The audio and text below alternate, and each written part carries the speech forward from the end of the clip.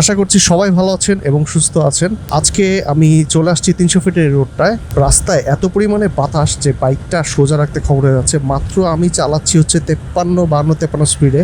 তারপরও মানে বাতাসের বেগ, মানে আমার যদি গতি বেশি হইতো তাহলে ধরলাম যে বাতাসের কারণে আমার বাইকটা সোজা রাখতে খবর হয়ে যাচ্ছে। আর এমনিতেই এই বাইকটার ওয়েট খুব একটা বেশি না। আর এই ক্ষেত্রে সবচেয়ে বেশি ভালো লাগে পালসারের ওয়েটটা আমার কাছে, যে পালসারে তুফান টর্নেডো আসলে বাইকটা সোজা রাখতে কষ্ট হয়ে যায়, কারণ ওই বাইকটার ওয়েট অনেক বেশি। আর এটার ওয়েট মাত্র 135। সো মানে বাইকের গতি কম, অথচ বাতাসের কারণে বাইক সোজা রাখতে খবর হয়ে যাচ্ছে।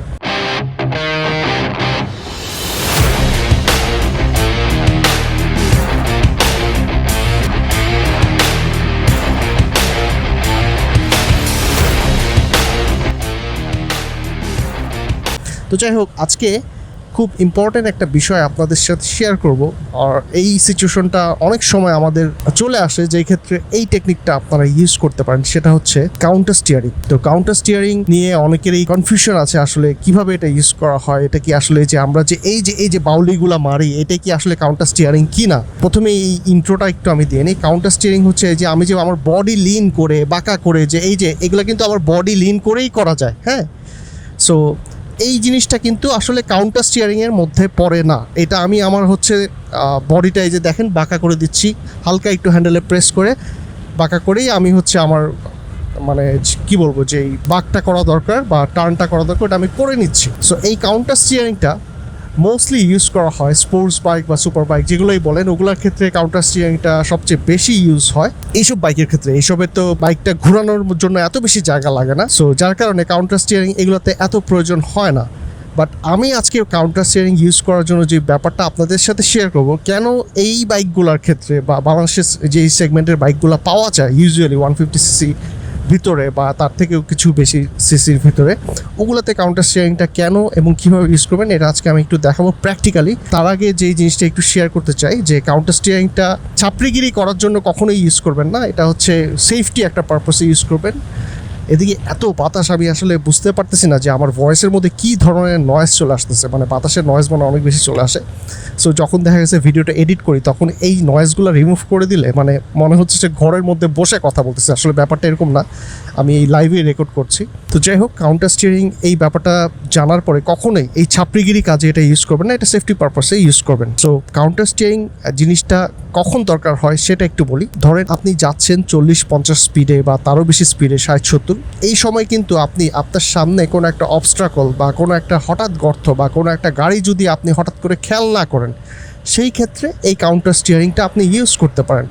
আর কাউন্টার স্টিয়ারিং ইউজ করার ক্ষেত্রে সবসময় আপনার যেটা করতে হবে, আপনার যে সাইড মিররে সবসময় নজর রাখতে হবে।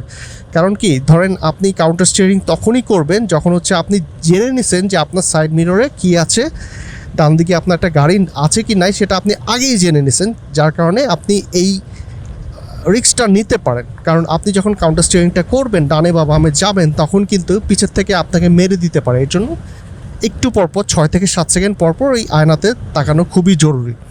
সো কাউন্টার স্টিয়ারিং করার জন্য আপনার মিনিমাম স্পিড 40-50 হইতেই হবে। এটা নিচে যদি হয় তাহলে কিন্তু এই কাউন্টার স্টিয়ারিং করে ওরকম কোনো ফলাফল পাবেন না।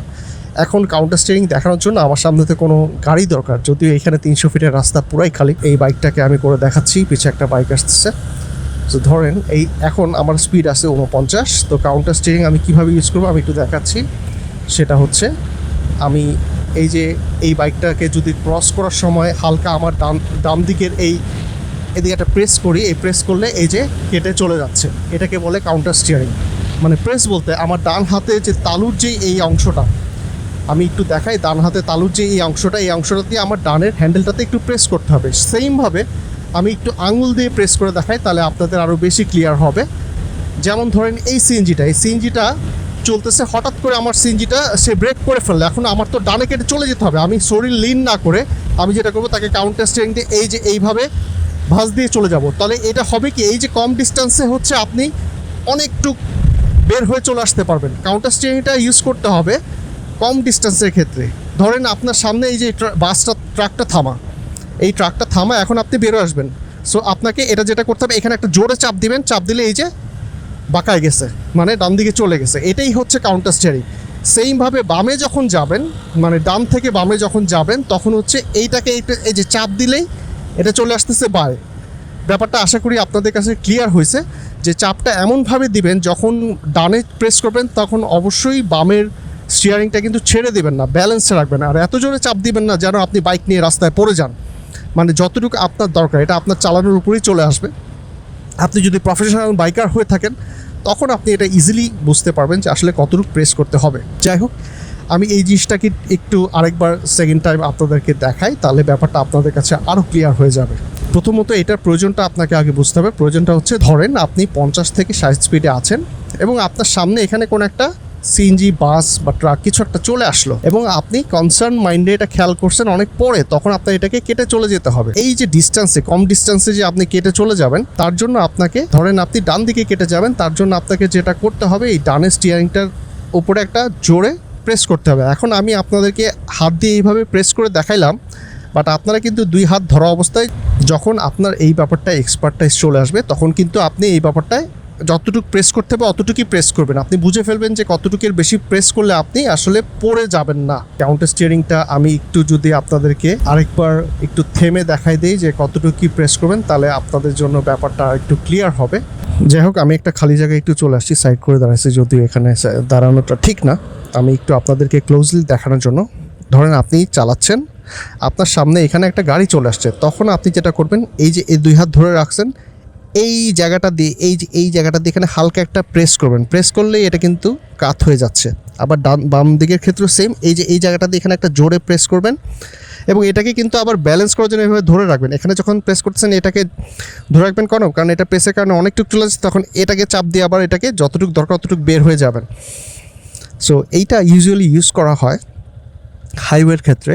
আপনারা যখন, আমরা দুই টাইপের হচ্ছে কাউন্টার স্টিয়ারিং, মানে একটা হচ্ছে বডি লিন করে করা, ওটা আসলে কাউন্টার স্টিয়ারিংয়ের মধ্যে পড়ে না, বাট এটা কাউন্টার স্টিয়ারিংয়ে পড়ে, কারণ হচ্ছে আপনি স্টিয়ারিংয়ের উপর প্রেস করে কাউন্টার করতেছেন, যার কারণে এটা কাউন্টার স্টিয়ারিংয়ের মধ্যে পড়ে। আর একটা যেটা হচ্ছে আমরা এই যে এরকম বডি বাঁকায়া ডানে বামে, মানে যেটা হচ্ছে বাউলি যেটাকে বলে, এটা করি, ওটা আরেক জিনিস।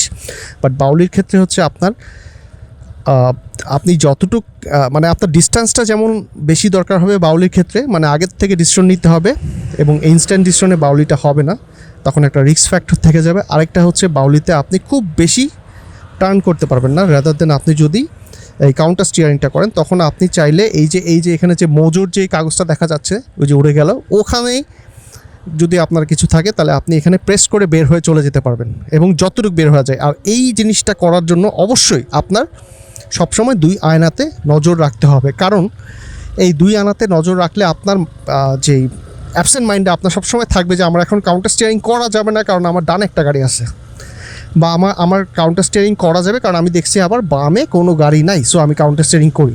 এই ইনস্ট্যান্ট বুদ্ধিটা তখন আপনার মাথায় আসবে। তো যাই হোক, আশা করি কাউন্টার স্টিয়ারিংয়ের ব্যাপারটা আমি বেশ কয়েকবার রিপিট করে দেখেছি এবং আপনাদের মধ্যে এই ব্যাপারটা ক্লিয়ার হয়ে গেছে যে কেন কাউন্টার স্টিয়ারিং ব্যবহার করে এবং কী কারণে ব্যবহার করে এবং এটার প্রয়োজনীয়তা কী।